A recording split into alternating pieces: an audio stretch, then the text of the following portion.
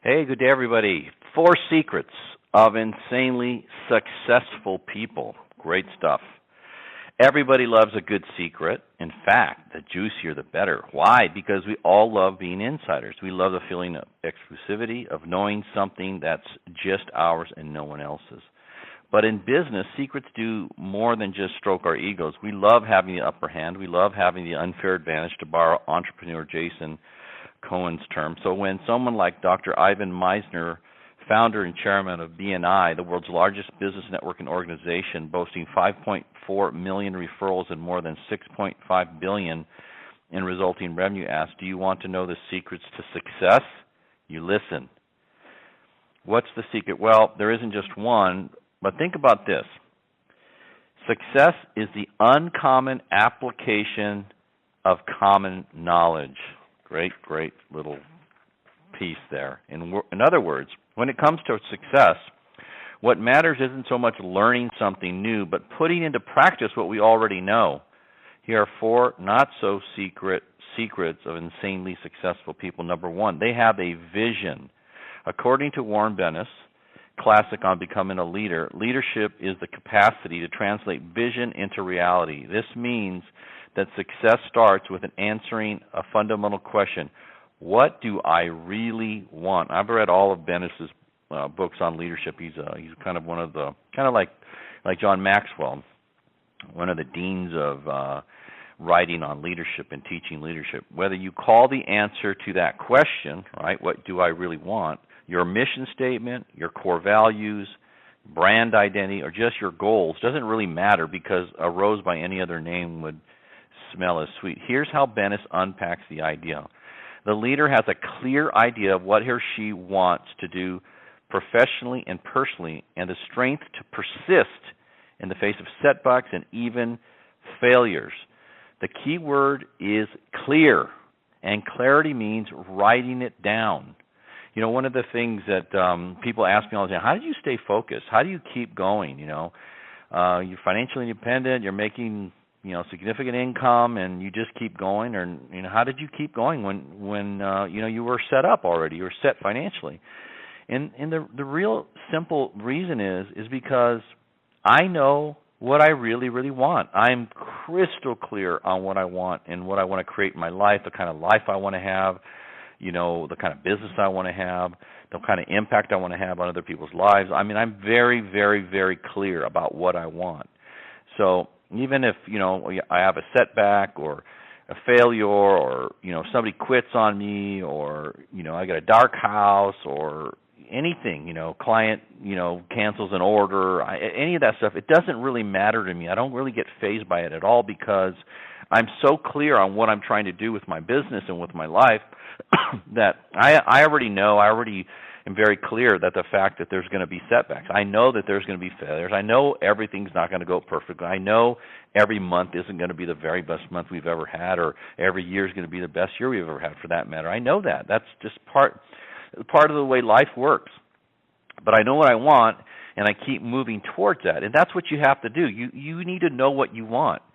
Because otherwise, the things you'll have to do, if you're not clear about that, if they get a little too tough, a little too challenging, you have some rejection or whatever, you're going to quit. You're going to fold like a cheap tent. But when you're really clear on what you want, and you have a emotional tie to it, and it's really compelling to you, you're not going to quit when things get a little rough. You're not going to give up when things don't go exactly as planned. You're going to keep going forward, and that's what you have to do. In fact, as Success.com's infographic on the habits of the world's wealthiest people, this is important. It points out 2 of the most statistically significant factors that set the richest people apart from everyone else is that 81% of them maintain a to-do list, and 80% focus on accomplishing a specific goal. So one of the things, when you have a to-do list, in other words, what I used to do, you hear me say this, if you listen to my calls all the time, you'll hear me say this over and over, because it's such an important, critically important thing, so it's worth repeating over and over and over again. I never went to bed without a clear vision in writing on what I was going to do every hour of the following day. I would never go to bed until I had every hour planned out of who I was going to call, what appointments I had, if I had to prepare for meetings, when I was going to do that, if I was going to prospect, when I was going to do that. I always had it written down so that when I got up in the morning, I could hit the ground running. I have to think about, what am I going to do today? I already had a plan for the day.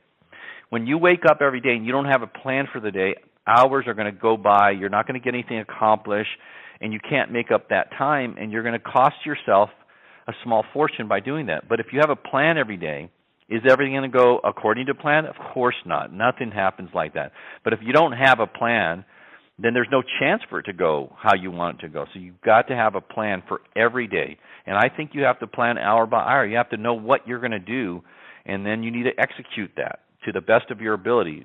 Sometimes things come up that you're just more aware they're going to happen, and you can't get it all done, but then you roll over to the next day, right? So number 2, they're honest. Successful people tell the truth. This sounds so obvious that you might think it doesn't even need to be said, but in a climate where the pressure to look good, perform well, eke out profits, and win by any means necessary is constantly increasing, honesty is becoming a scarce commodity. And yet, honesty pays. According to the research in Robert B.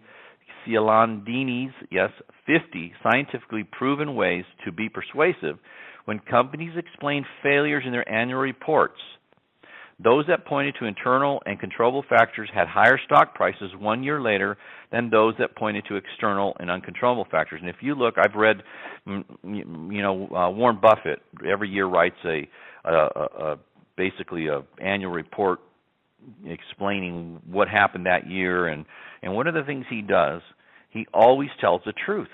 He tells if there's a problem somewhere, they lost money somewhere, or he doesn't think whatever's happened is sustainable. He never ever, oversells things. He tells people the truth, and nobody's been more successful over the last, I think he's 80 some years old now.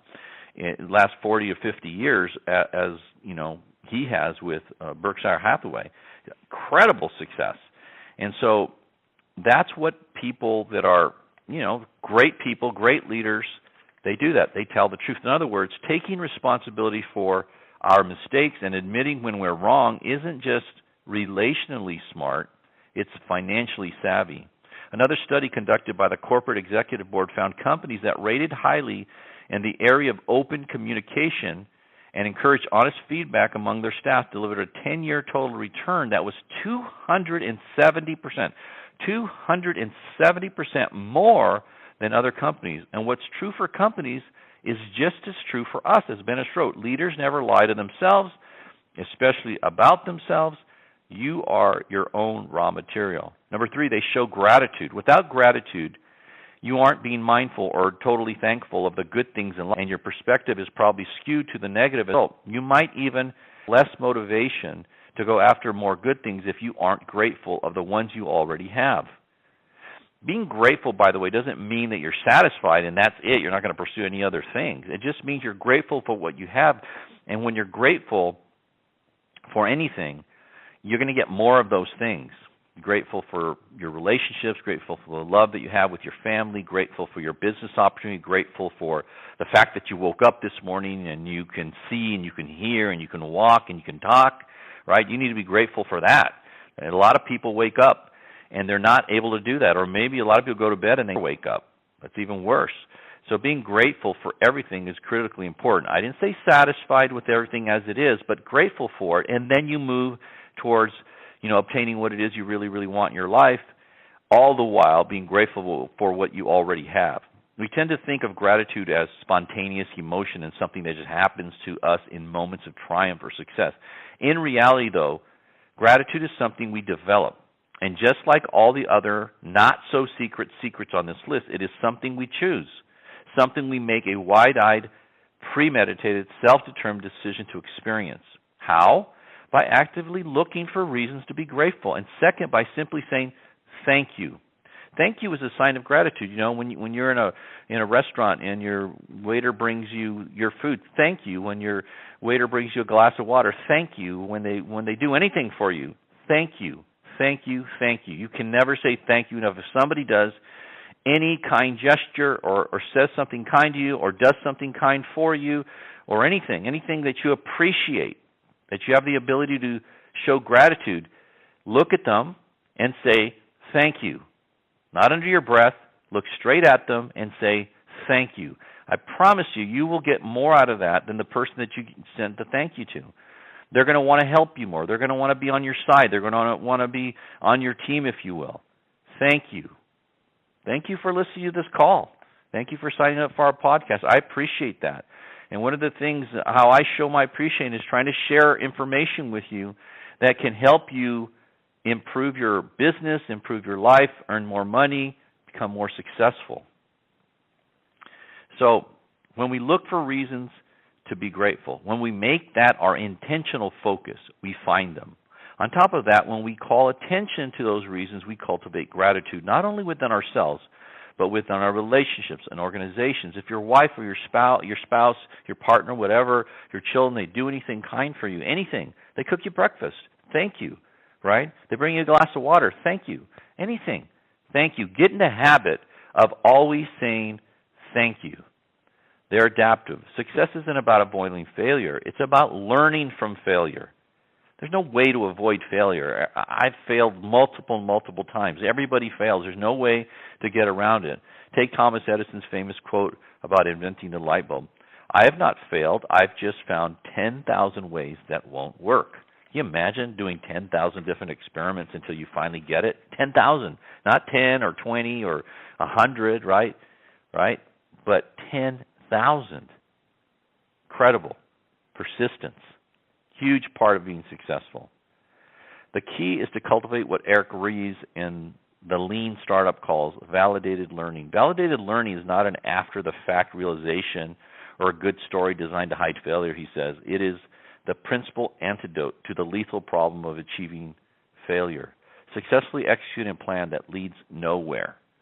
For Ries, the antidote comes down to one skill, the ability to adapt. What differentiates the success stories from the failures is that the successful entrepreneurs had the foresight, the ability, and the tool to discover which parts of their plans were working brilliantly and which were misguided and adapt their strategies accordingly. All this means is that instead of hiding from failure, insanely successful people anticipate and integrate failure into their lives in ways that transform it from an end into a means. We all love a good secret, but the truth is when it comes to success, there's no such thing. So start small, but start today. Pick one of these 4 secrets and put it to work. And you need to know, look, things are going to go wrong. That's okay. So what? As long as you're still capable of moving and talking and speaking and hearing and seeing and all the things you need to do, you have a chance to reinvent yourself. You know, one of the things that how I live my life, and one of the things I say all the time is before, when I go to bed at night, when I fall asleep, I die. And when I wake up in the morning, I am reborn with an opportunity to transform my life once again. And that's how I look at it. I look at it every day I go to bed, even if things had a crappy day that day, doesn't matter, things went wrong. The next day when I wake up, I have a chance to choose all over, to make better choices, to improve myself, to read the right kind of material, to listen to the right kind of information, to associate with the right kind of people, to take the right kind of action. You have that choice every single day.